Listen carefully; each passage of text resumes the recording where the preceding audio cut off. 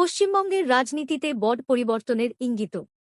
BJP বিধায়কদের নিয়ে যে বৈঠক কলকাতায় হয়েছে, সেখানেই রাজ্যের পরবর্তী মুখ্যমন্ত্রী হিসেবে শুভেন্দু অধিকারীর নাম চূড়ান্ত হল।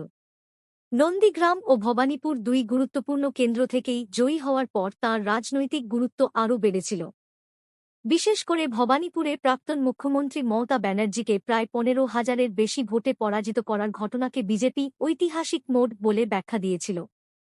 বিজেপির রাজ্য সভাপতি শ্রমিক ভট্টাচার্য এদিনের বৈঠকে শুভেন্দু অধিকারীর নাম মুখ্যমন্ত্রী পদের জন্য প্রস্তাব করেন।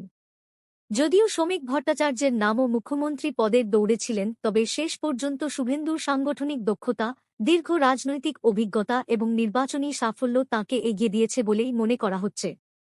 এরপরই মুখ্যমন্ত্রী হিসেবে তার নাম চূড়ান্ত করা হয়। এরপর সাংবাদিক বৈঠকে কেন্দ্রীয় স্বরাষ্ট্রমন্ত্রী অমিত শাহ বলেন, রাজ্যের মুখ্যমন্ত্রীর পদে আর কোনো নাম ছিল না। তাই সর্বসম্মতিক্রমে শুভেন্দু অধিকারীকেই বাংলার মুখ্যমন্ত্রী হিসেবে বেছে নেওয়া হয়েছে। পরিষদীয় দলনেতা হিসাবেও তিনিই থাকছেন।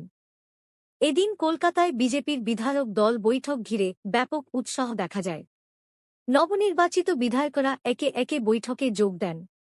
সেই বৈঠকে উপস্থিত ছিলেন আসানসোল দক্ষিণ কেন্দ্রের বিধায়ক অগ্নিমিত্রা পালও। তাঁকে মন্ত্রিসভায় গুরুত্বপূর্ণ দায়িত্ব দেওয়া হল। ডেপুটি মুখ্যমন্ত্রী হিসেবেও তাঁর নামও স্থির করা হয়। বৈঠকে যোগ দেওয়ার আগে অগ্নিমিত্রা পাল বলেন, আজ ডা. শ্যামাপ্রসাদ মুখোপাধ্যায়ের স্বপ্ন পূরণ হতে চলেছে।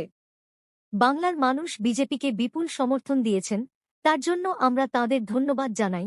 তাঁর এই মন্তব্য বিজেপি কর্মীদের মধ্যে নতুন উদ্দীপনা তৈরি করেছে।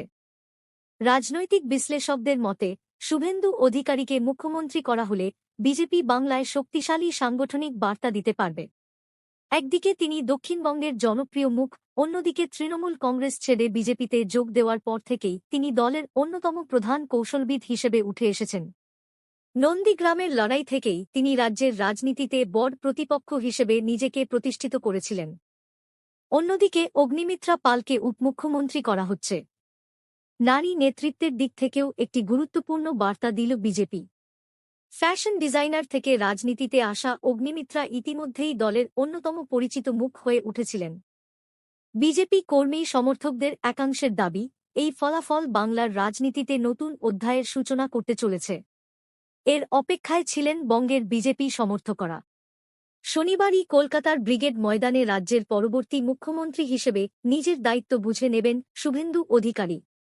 সেদিনের অনুষ্ঠানে উপস্থিত থাকবেন খোদ প্রধানমন্ত্রী নরেন্দ্র মোদী এবং স্বরাষ্ট্রমন্ত্রী অমিত শাহ। এছাড়াও দেশের বিভিন্ন প্রান্ত থেকে বিজেপির হেভিওয়েট নেতারা সেদিন উপস্থিত থাকবেন। কলকাতা ইতিমধ্যে এই শপথ গ্রহণকে ঘিরে সরগরম হয়ে উঠেছে। শুক্রবার সকাল থেকেই এখানে এসেছেন বিজেপির জাতীয় স্তরের নেতারা। ফলে সেখান থেকে দেখতে হলে রাজ্যে বিজেপি সরকারের প্রথম মুখ্যমন্ত্রী হিসাবে শুভেন্দু অধিকারী এবার একেবারে সামনে থেকে নেতৃত্ব দেবেন।